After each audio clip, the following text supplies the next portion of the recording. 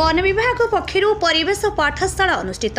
राजनगर वनखंडर सदर वनांचल पक्षर परिवेश पाठशाला अनुष्ठित हो जाइछि।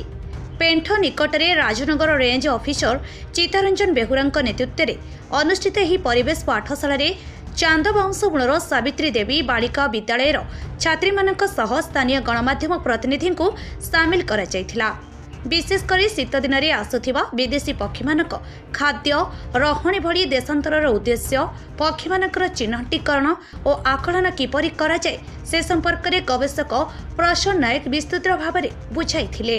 एही कार्यक्रम में फरेस्टर विजय पत्रंक सह वन कर्मचारी और सावित्री देवी बालिका विद्यालय शिक्षयित्री माने सामिल होइथिले। जलवायु परिवर्तन विश्व तापन होउची तार परिवर्तन होउची खाद्य अभाव नउची बा जलाशय आमर संकीर्ण हो जाउची विभिन्न प्रकार कारण रोची ना नहीं। तेणु आमे ताकू जदि देखिया कमिला ताहले आमे कोन करिबा आमे कोन करिबा मैनेजर काम कोन से फोरेजिंग ग्राउंड रो अभाव होउची बा आमर निर्दिष्ट समय जो शीत ऋतु रे तांकर जो भास्ट कैचमेंट एरिया संकुचित होउची बा खाद्य अभाव होउची बा अन्य कारण कोन से कारणटा खोजावा दरकार। ताकू कारण जदि आम पाइले ताहले आम निराकरण पे प्रस्तुत रहिबा।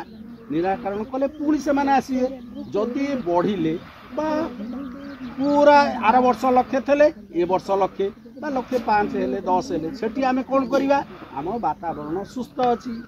आमे जो मीट बार्ड सेंसस हमर 18 तारिख किछि चढ़ै छि आरंभ हो 18 तारिख ता पूर्व आज जो स्थानीय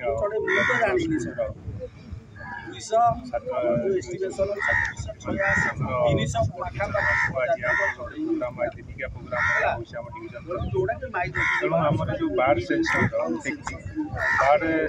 कहीं तार करने द्वारा कौन आम तार लाभ अच्छी कौन नकले कौन क्षति हम बार्ड कहीं आसुँच जगह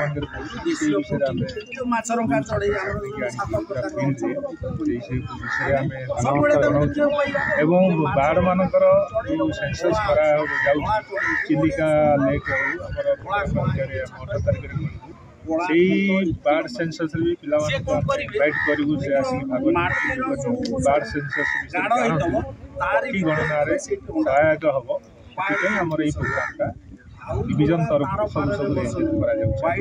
सब छात्र छात्री मानक एमती माने से माने आसंती नहीं जना जाए नहीं एमती नुआ व्यवस्था जो कौन टाइम करा उद्देश्य कौन नुआ व्यवस्था करा जेहेतु ये भविष्य में पिलामानकर बार्ड प्रति गोटे आकृष्ट मनोवृत्ति रही बार्ड मानक कहीं नजर दौन कहीं सेंसस कराला कहीं से विषय ज्ञान आरोप करने। Rajnagar Dhirendra Mallik report live live Odia.